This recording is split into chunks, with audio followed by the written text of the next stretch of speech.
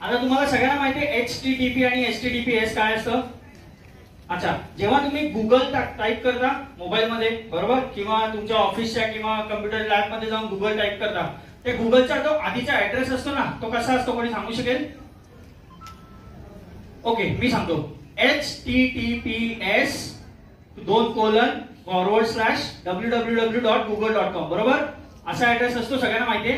त्या ऍड्रेस मध्ये जर का फक्त HTTP असेल आणि S जो सिक्युरिटीचा असतो S तो नसेल, तर ती फेक वेबसाईट असते. म्हणजे तुम्ही एखाद्या गुगल वरती गेल्यावरती जर का बँकेची वेबसाईट बघितली किंवा कुठल्या गेमच्या वेबसाईट बघितल्या जिथनं तुम्हाला गेम डाउनलोड करायचा आहे, पण तिथे जर का HTTP एवढंच असेल तर ती फेक वेबसाईट असते. हे नेहमी लक्षात ठेवा. दुसरी गोष्ट, कुठल्याही फ्री वेबसाईट्सला साइन अप करायचं नाही. म्हणजे काय, फ्री वेबसाईट कशा तुम्ही ओळखू शकता?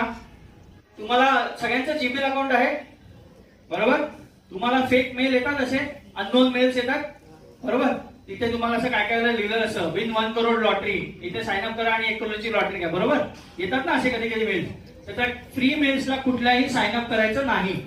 तिसरं, watch out for fake news. आता फेक न्यूज कशी ओळखायची, कोणी सांगू शकेल मला?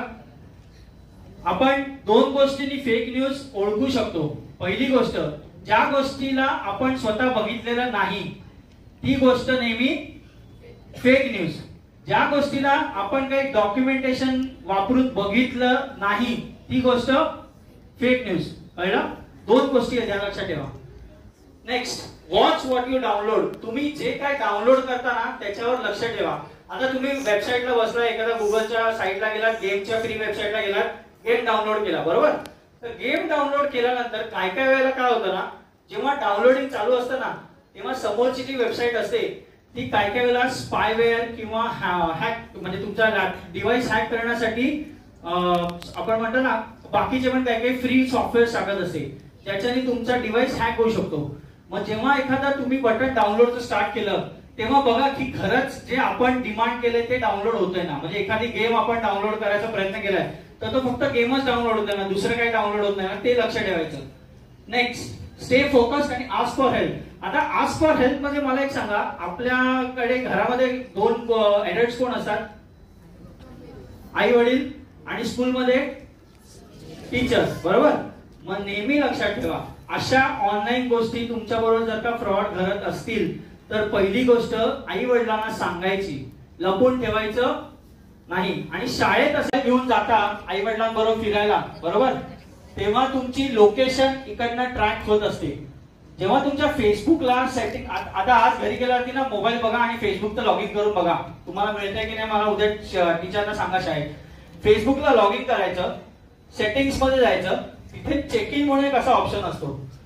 तो चेक इन ऑप्शन जर का एनेबल्ड आहे ना, तर आजपर्यंत जेव्हापासून तुम्ही फेसबुक अकाउंट क्रिएट केल्यापासून तुम्ही कुठे कुठे फिरलात, भले फॅमिलीच्या बरोबर पिकनिकला असेल किंवा शाळेत असेल किंवा बाहेर कुठे असेल किंवा कुठेही खेळायला गेलात किंवा काय, ही सगळी हिस्ट्री तुमची चेकिंग मध्ये स्टोअर झालेली आहे. ठीक आहे, घरी जाऊन लक्षात ठेवायचे की चेक इन बटन फेसबुक मध्ये लॉग इन केल्यानंतर डिसेबल करायचं. म्हणजे काय होईल त्याच्याने, तुम्ही कुठे कुठे फिरता, तुम्ही कुठे फिरायला जाता हे कोणालाही कळणार नाही पब्लिकली.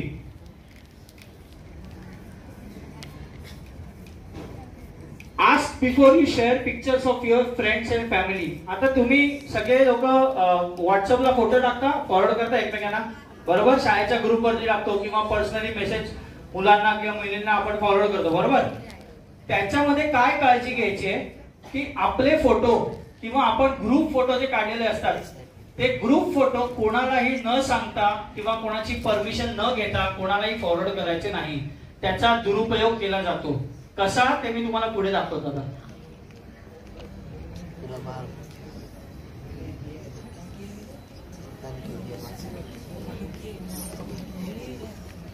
अच्छा, हा एक ट्रिकी क्वेश्चन आहे.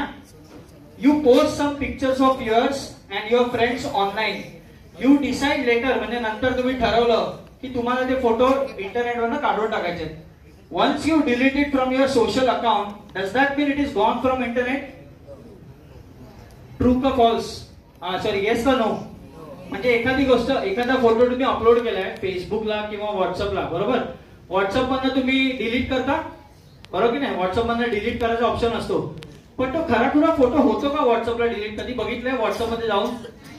हा, तर ते कसं ओळखायचं? दोन गोष्टी सांगतो मी तुम्हाला आता इथे. व्हॉट्सअप मध्ये कसं जाऊन चेक करायचं ते सांगतो, आणि फेसबुक मध्ये जाऊन कसं चेक करायचं ते सांगतो.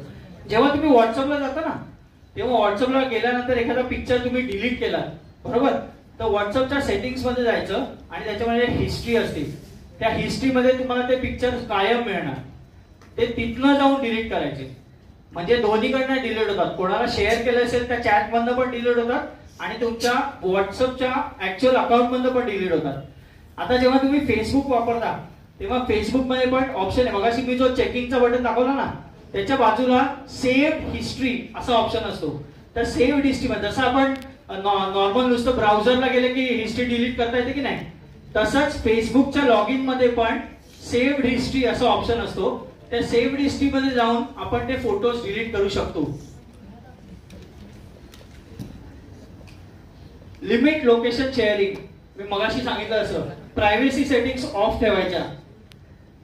आता हे बटन, एक मिनिट, आता पासवर्ड कसा बनवायचा हे आपण बघूया.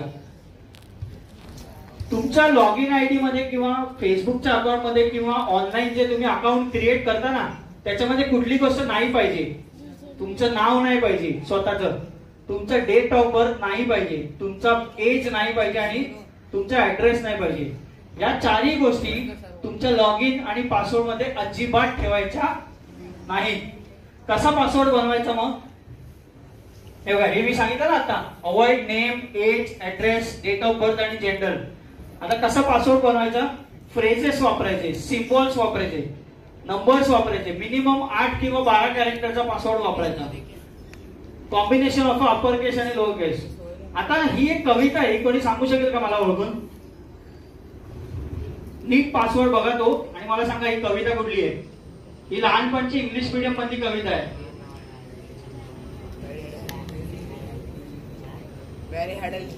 Very good. कसं ओळखलं?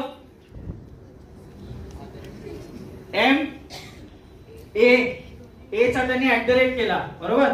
MARY, व्हेरी, हॅड मधला ए परत @ झालाय. लिटिलचा L कॅपिटलच्या ऐवजी त्यांनी स्पेशल कॅरेक्टर वापरलंय. असा तुम्ही पासवर्ड क्रिएट करू शकता. म्हणजे तुम्ही पासवर्ड क्रिएट करताना एवढं लक्षात ठेवायचं आहे, आपलं नाव, आपण म्हणतो ना नाव गाव फळफुल, गेम खेळतात ना सगळे, हा, तर त्या नाव गाव फळफुलला 4 आयडेंटिटीज आहेत, बरोबर. तशा आपल्या पर्सनल आयडेंटिटीज आहेत. नाव, एज, अजून काय, जेंडर आणि लोकेशन. या 4 आपल्या आयडेंटिटीज आहेत. या कधीही पासवर्ड मध्ये वापरायच्या नाही.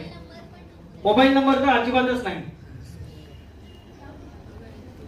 Don't write the password down. अच्छा, तुम्ही पासवर्ड क्रिएट केला, घरी लिहून ठेवता कुठल्या तरी डायरी मध्ये किंवा कुठल्या तरी आई बाबाच्या डायरी मध्ये, तसं अजिबात करायचं नाही.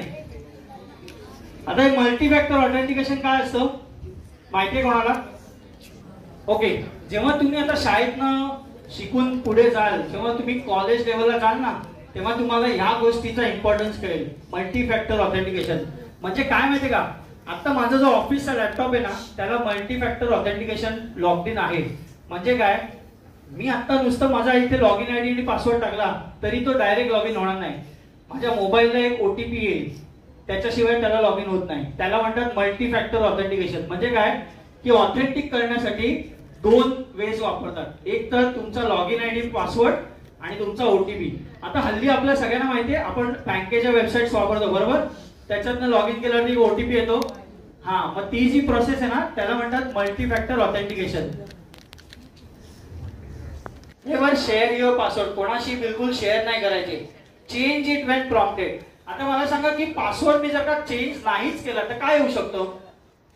माझ्या फेसबुक अकाउंटचा पासवर्ड मी कधीच चेंज नाही केला, तेव्हा 2016 साली लॉग इन केलेलं, कसं लॉग इन आहे, काय होऊ शकतं? हॅक होऊ शकतं, बरोबर. का हॅक होऊ शकतं? कारण हॅकर्स हल्ली एवढे स्मार्ट झाले की आपण एकदा जो पासवर्ड सेट केलेला असतो ना अकाउंटला एखाद्या, तो आता हल्ली आजच्या काळात असं चालू आहे की पासवर्ड रेकग्नायझिंग सॉफ्टवेअर्स पण क्रिएट झालेली आहेत हॅकर्स कडनं. म्हणजे तुमच्या लॉग इनचा जो पासवर्ड आहे तो एखादा हॅकर इथे घरी बसून पण पासवर्ड तुमच्या आयडीचा क्रिएट करू शकतो आणि चेंज पण करू शकतो. हल्ली एवढं सिस्टम पुढे गेलेली आपली टेक्नॉलॉजी. त्याच्यामुळे आपण एक लक्षात ठेवायचंय, आपला फेसबुक किंवा आपल्या इंस्टाग्राम किंवा व्हॉट्सअप, आता व्हॉट्सअपला आपण जनरली नंबर न्यूमरिक ठेवतो बरोबर, तर ते न्यूमरिक पासवर्ड किंवा अल्फा न्यूमरिक पासवर्ड हे नेहमी 30 दिवसामध्ये चेंज करत राहायचे. ठीक आहे, नवीन नवीन टाकायचे.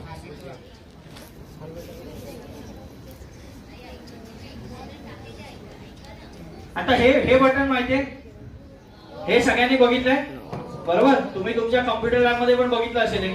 हा, मग हे कम्प्युटर लॅब मध्ये जेव्हा तुम्ही काम करता ना तेव्हा नेहमी लॉग आउटच करायचं, ओके करायचं, त्याला नुसतं लॉग आउट ठेवून द्यायचं नाही तसंच. हा, as per security practices how long should be a character password should be? 4 character किंवा 12 कॅरेक्टर, कुठीचं असलं पाहिजे मिनिमम? 4, 9, 12. Very good. आता ह्याच्यातले हे पासवर्ड दिसतात कोणाला? यातले कुठले कुठले एलिजिबल पासवर्ड आहेत, कुठले कुठले पासवर्ड मी माझ्या डिव्हाइसेस साठी वापरू शकतो? ए आणि व्हेरी गुड.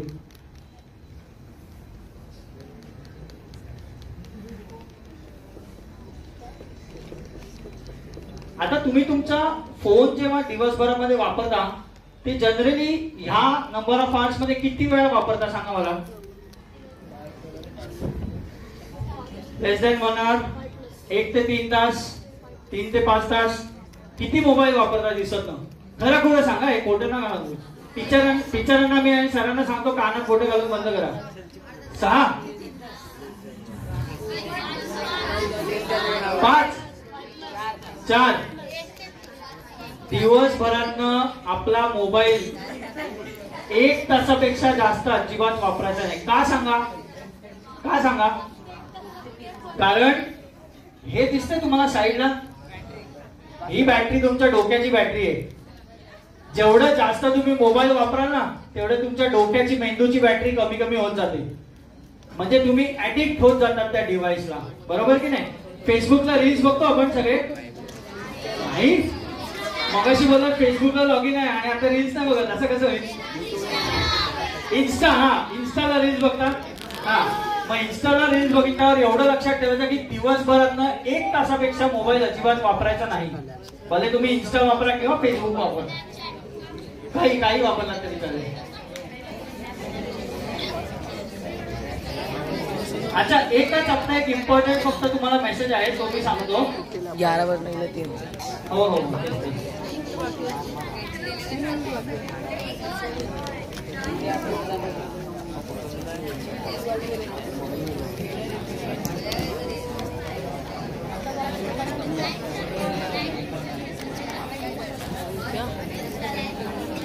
आता हे सायबर अटॅक्स मध्ये काय माहिती तुम्हाला?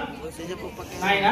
हा, आता सायबर अटॅक्स मध्ये काय सांगतो. आता मगाशी मी या सगळ्या गोष्टी सांगितल्या बरोबर. Change the password, notify contacts, antivirus recovery. आता या सगळ्या अँटीव्हायरस रिकव्हरी स्टेप्स म्हणजे आपण कसं वाचू शकतो त्याच्यासाठी आहे. How to prevent the cyber attacks. तुम्ही तुमचा पासवर्ड स्ट्रॉंग ठेवला तर तुम्ही सायबर अटॅक मध्ये जाऊ शकत नाही.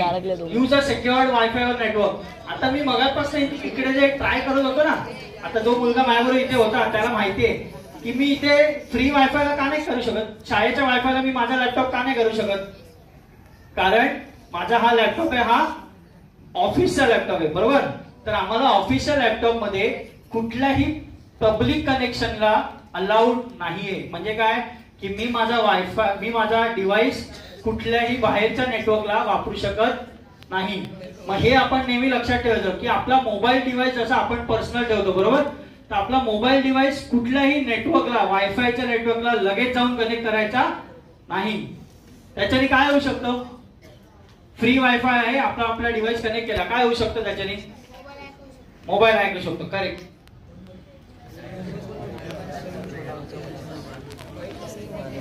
आता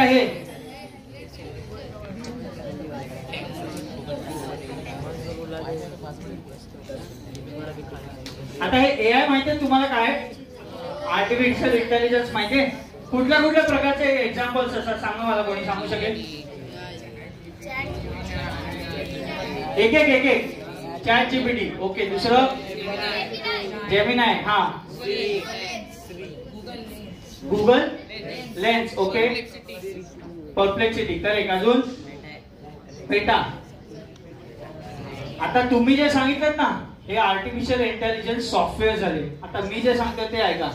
robots, streaming platforms.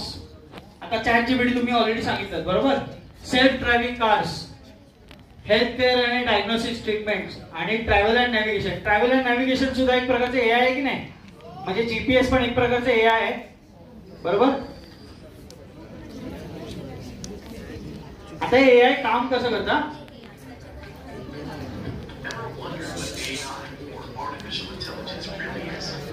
It's like building a robot's brain to think and learn, kind of like ours, but made from codes and data. Back in the day, computers were huge and did only what they were told. Fast forward to today, and voila, we fed computers tons of data, made them analyze patterns, and they even started recognizing things: cats, pizzas, even our favorite tunes.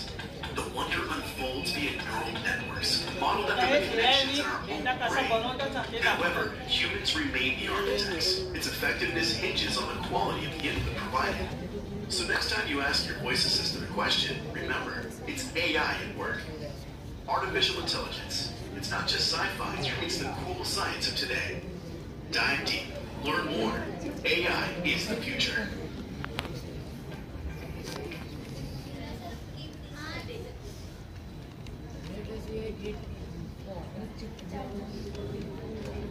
अच्छा, आता आपण ना या व्हिडिओमध्ये आपण AI चे काय काय जे काही डेंजर्स असतात ना ते आपण बघूया. हा,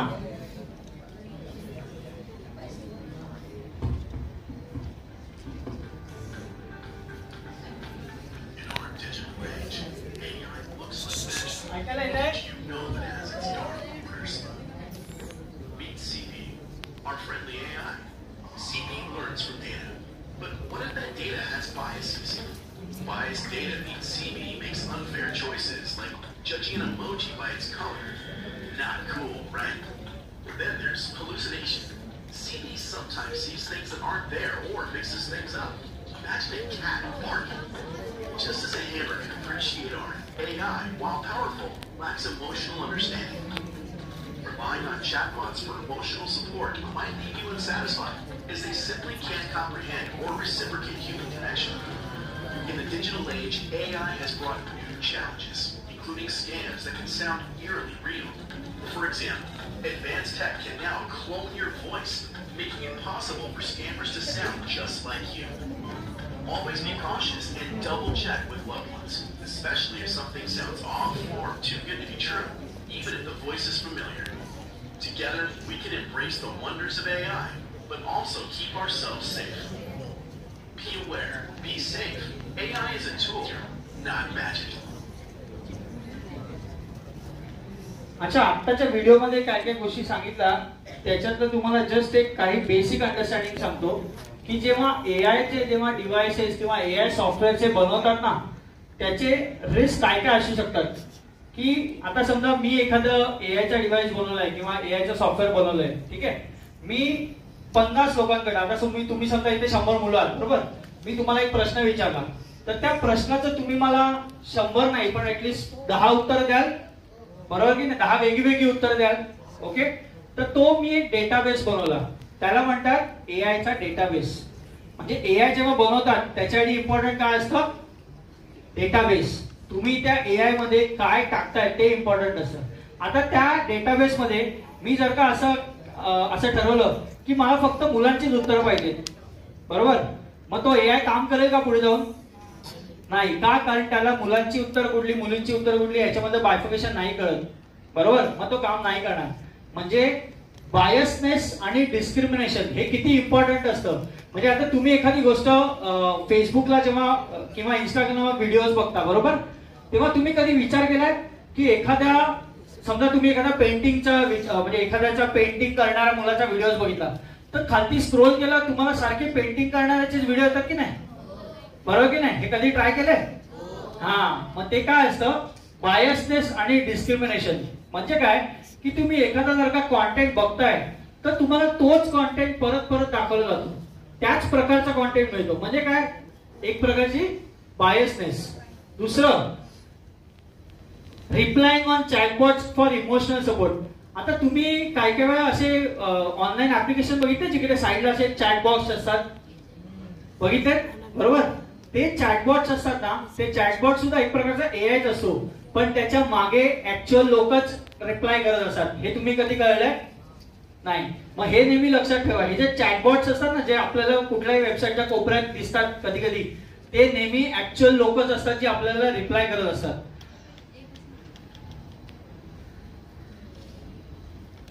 आता आपण एआय कसं वापरून सेफ राहू शकतो? Be mindful of personal information. मी मगाशी म्हटलं असं, पर्सनल इन्फॉर्मेशन कोणाशी कधी शेअर नाही करायची. प्रायव्हसी सेटिंग्स आपल्या नेहमी ऑफ ठेवायच्या. Don't over share. तुम्ही मोबाईल मधनं इंस्टाग्राम रील्स बनवता किंवा फेसबुकच्या रील्स बनवता, बरोबर? त्याच्यामध्ये स्वतःची आयडेंटिटी नाही आली पाहिजे असे रील्स तुम्ही भरपूर शेअर करा, कोणाला काही प्रॉब्लेम नाही. पण तुम्ही तुमचे स्वतःचे फोटोज असलेले रील्स किंवा स्वतः काही बोललेले असलेले रील्स हे जास्त नाही शेअर करायच्या. अच्छा, robots are trained, last question, robots are trained to recognise different types of shoes. एक मिनिट, हा नाही sorry,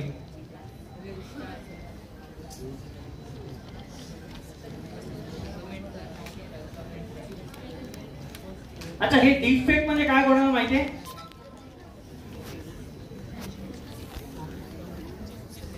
Images, video or content that has been digitally altered using AI to create realistic content. त्याच्यामध्ये काय काय वापरतात लोक? सेलिब्रिटीचे photo, political figures आणि social media, बरोबर? आता ही जे काय ऍप्लिकेशन्स आहेत ना, याचे पॉझिटिव्ह काय फायदा, म्हणजे चांगला फायदा घडू शकतो की आपण डी-एजिंग ऑफ दी ऍक्टर्स, म्हणजे एखादा जुना म्हातारा ऍक्टर आहे त्याचा एआय नी फोटो म्हणजे री इमेज बनवून आपण त्याची यंग इमेज काढू शकतो, बरोबर? हे एआयचे फायदे. पण निगेटिव्ह काय काय आहेत? डिसइन्फॉर्मेशन आणि fake news, cyber security threat, आणि मेन पहिली गोष्ट आहे आयडेंटिटी थेफ्ट. आता हा एक व्हिडिओ बघा. I'm a deepfake, an AI-created digital double, here to show you just how advanced technology has become. Using artificial intelligence, I've been created with enough photos, videos, and audio data. All this allows me to present myself much like the person I'm designed to mimic, even if that person doesn't even exist. Impressive, isn't it? But keep in mind, this technology, while amazing, carries responsibility. Like every coin, deepfake technology has two sides. While it showcases advancements, it can also be misused, potentially blurring the lines of reality. In navigating this high-tech world, it's crucial to stay aware and examine the digital information you come across. Question the sources of your information, critically analyze, and maintain a constant curiosity about what you see and hear. Remember, knowledge is power, and with my arrival, we both learn and grow. Thank you for spending this time with me, and happy International Cyber Awareness Month. Stay safe, informed, and curious in this ever-evolving digital world. आता कोणी मला सांगू शकेल का की हा video खरा होता का? कसा काय ओळखू शकता तुम्ही? कसा ओळखला खरा आहे का खोटा आहे? हा व्हिडिओ खरा आहे का खोटा आहे कसा ओळखू शकतो आपण? नाही, कसा ओळखू शकतो हा व्हिडिओ खरा आहे का खोटा आहे? नाही, पण स्कायला कॅमेरा नाहीच आहे, मग स्कायचा संबंध येत नाही. हे दिसतंय काय येतं? शॅडो. बाईची हाईट किती आहे? तिची शॅडो यायला पाहिजे होती, पूर्ण सर्कल शॅडो यायला पाहिजे होती, बरोबर? इथे कशी आहे? बॉक्स. कळलं? ह्याच्या म्हणजे हे तुम्ही बघा, म्हणजे आजकाल जे व्हिडिओ जनरेट होतात ना ते कसे तुम्हाला घातक असू शकतात. आता जो मी तुम्हाला जो व्हिडिओ दाखवला, ही बाई कम्प्युटरवरती जनरेट केलेला हा जो प्रॉम्प्ट आहे, हा प्रॉम्प्टनी चॅट जीपीटी वरती वापरून आम्ही हा व्हिडिओ क्रिएट केलेला आहे. हा आमच्या ऑफिस मधनं पहिला व्हिडिओ क्रिएट झालेला आहे, ज्याच्यामध्ये आम्ही चॅट जीपीटीला प्रॉम्प्ट देऊन तो व्हिडिओ बनवला, त्याच्यामध्ये त्याची शॅडो काढून टाकली. कळलं कसं काय काय? मग आता हे असे व्हिडिओज आपण बघितल्यावर आपल्याला पहिली गोष्ट काय कळली पाहिजे की आपली आयडेंटिटी किती इम्पॉर्टंट आहे. आता ही जी बाई आहे ना, ही बाई एक्झिस्टच नाही करत कुठेही. ठीक आहे, तुम्ही ह्याचा वाटलं तर हा फोटो काढून ठेवा आणि ऑनलाईन चेक करा की बाई कुठे मिळते का तुम्हाला. पण ही बाईक कुठे तुम्हाला मिळणार नाही, कारण ही डिजिटली बनवलेली आहे. कोणाचाही फोटो वापरून नाही, कोणाचाही फेसबुकचं किंवा व्हॉट्सअपचं अकाउंट वापरून नाही. कळलं? म्हणजे आता तुम्ही बघू शकता की चॅट जीपीटीला प्रॉम्प्ट दिल्यावर काय काय वाईट गोष्टी घडू शकतात. बरोबर? मग ह्याच्याबद्दल तुम्हाला काय काय कळलं आजच्या सेशन मध्ये? सर तो व्हिडिओ जो व्हायरल झाला होता बाहेर देशातला, त्या तिला त्या फिशनी खाल्लं. हा. हो बरोबर. मग हे जे हल्ली काय काय व्हिडिओज असतात ना, त्याच्यावरती तुम्ही इन्फॉर्मेशन स्वतःचं लॉजिक वापरायचं की हे खरे व्हिडिओ असतात का खोटे व्हिडिओ असतात, ते पहिलं इम्पॉर्टंट आहे. तुम्ही स्वतः जाऊन चेक करायचं की तुम्हाला माहिती किती आहे गुगलवरनं, त्याच्यावरनं तुम्ही चेक करू शकता.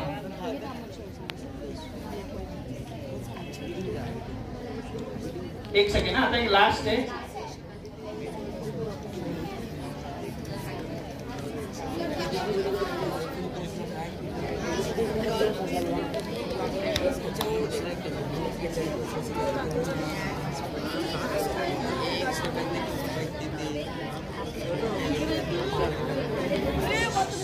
अकरा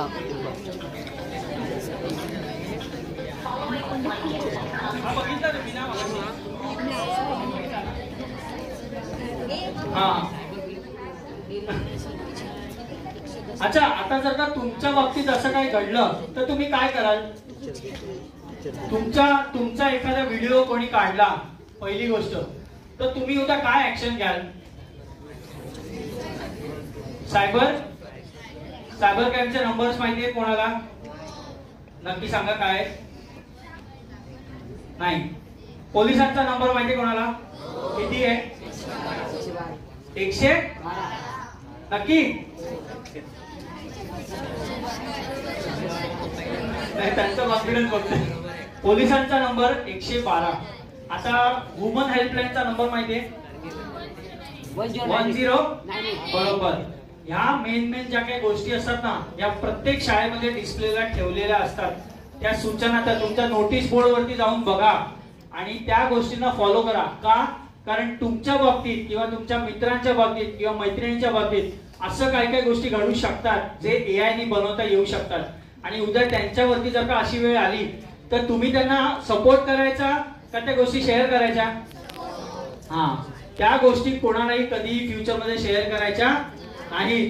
तुमच्या शाळेमध्ये असं काय घडलं तर तुम्ही कोणाला सांगाल? पहिले टीचरला किंवा प्रिन्सिपलला. बरोबर? आणि तो कोणाच्या घरी जर का असं काय घडलं तर कोणाला सांगाल? हा, पॅरेंट्सला. Very good. मग आजच्या सेशन मध्ये तुम्ही काय काय शिकलात सांगा आता पटापट. मोबाईल वापरताना किती वेळ वापरायचा? हा. फेसबुक मध्ये इंस्टाग्राम रील्स बघितल्यावरती काय करायचं? Privacy of, GPS location of. बरोबर? ह्या मेन गोष्टी कळल्या. फोटोज